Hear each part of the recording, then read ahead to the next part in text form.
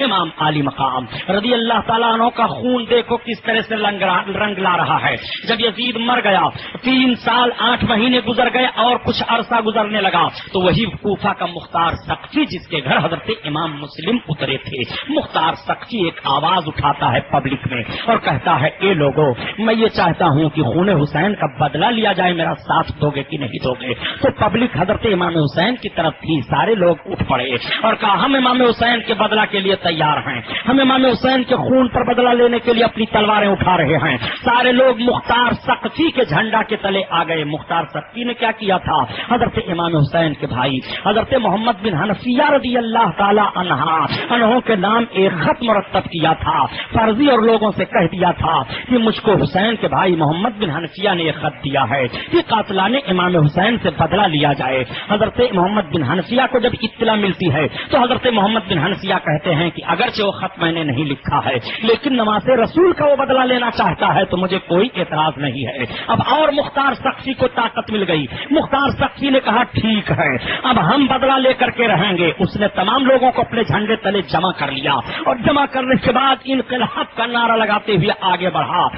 جو ملتا اسے قتل کیا جاتا. اس نے سب سے پہلے کہا کہ امام حسین کے قاتلوں کو گرفتار کیا جائے. سب سے پہلے مختار کے پاس گرفتار کر کے شمر لایا جاتا ہے. جب شمر لایا گیا گرفتار کر کے تو مختار نے کہا بتا شمر تیرا کیا حال ہونا چاہیے؟ تو ہی تو ہے کہ جس نے امام علی مقام کے تعلق سے اس طرح سے پلان بنایا تھا. وہ کانپنے لگا اور اس نے کہا اے مختار سقفی مجھے چھوڑ دو، میں بھی اسی جماعت میں تھا جس جماعت میں تم تھے. مختار سقفی نے کہا لیکن میں نے حسین کے خلاف تلوار نہیں اٹھائی تھی، حسین کے خلاف میدان کربلا میں نہیں گیا تھا. ظالم تو میدان کربلا میں حکومت کی لالچ میں جا کر کے امام حسین کے خلاف تلوار چلا رہا تھا اور سنا گیا ہے کہ امام حسین کے سر کو تن سے تو نے ہی جدا کیا ہے، اس لیے تیری گردن ضرور کاٹی جائے گی اور تیری زبان میں ضرور کٹواؤں گا. شمر کانپنے لگا. مختار نے کہا جلادوں سے سب سے پہلے اس کی دونوں آنکھیں پھوڑ دو اور اس کی زبان کاٹو اور اس کے جسم کا ایک ایک حصہ کاٹ کاٹ کر تڑپا تڑپا کر کے مارو. اس طرح سے شمر کو پہلی بار سزا دی گئی اور اعلان کر دیا گیا کہ قاتلان حسین میں سے ایک قاتل کا انجام لوگ دیکھ لیں. اب شمر کے بعد پھر گرفتار کیا گیا عمرو بن سعد کو. عمرو بن سعد جب گرفتار کر کے لایا جاتا ہے تو عمرو بن سعد سے مختار سقفی نے پوچھا تم کہاں تھے، کیوں تم نے اس طرح کی حرکتیں کی تھی؟ تم عمرو بن سعد کہتا ہے اب میں نے حکومت میں حصہ لینا چھوڑ دیا ہے، اب میں گوشہ نشین ہو گیا ہوں، اب مجھے کسی چیز کی ضرورت نہیں ہے. تو اس مختار سقفی نے للکارا ظالم جس دن تو نے تیر چلایا تھا امام حسین پر کربلا کے میدان میں اس دن بھی تجھے سوچ لینا چاہیے کہ میں قطعاً نہیں جاؤں گا سیاست میں. اس دن تجھے گھس کر کے بیٹھ جانا چاہیے. تو نے کیا کیا تھا؟ نماز رسول کو کربلا کی سرزمین پر تم نے تڑپایا تھا اور ایک ایک کو تڑپا کر تم نے اس طرح سے پانی کے لیے ترسوایا تھا. آج تو یاد کر تیرا معاملہ کیا ہوگا. عمرو بن سعد کانپنے لگا. عمرو بن سعد کے لڑکے کو بلایا گیا اور بلانے کے بعد مختار سقفی نے کہا اسی لڑکے کے سامنے اس کے باپ کی آنکھوں پر تیر مارو. لڑکے نے کہا میں دیکھ کر برداشت کیسے کروں گا.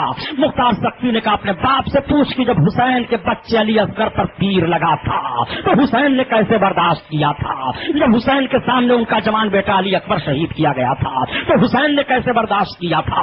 جب حسین کے سامنے ان کے بھتیجے قاسم کی جوانی تڑپ رہی تھی تب حسین نے کیسے برداشت کیا تھا؟ مارو اس ظالم کو. چنانچہ عمرو بن سعد کو تیروں سے مارا جانے لگا اور اس کے بعد اس کی انگلیاں کاٹی گئی، اس کی آنکھیں نکالی گئی، اس کی زبان کاٹی گئی، اس کے جسم کا ایک ایک حصہ کاٹا گیا اور عمرو بن سعد کے تعلق سے کہا آگ میں لگا دو اس کو اور آگ سے جلا کر اسے خاکی پر کر دو. اس ظالم کی یہ سزا ہے. امام حسین کے قاتلوں میں سے دوسرے قاتل کو یہ سزا دی جاتی ہے.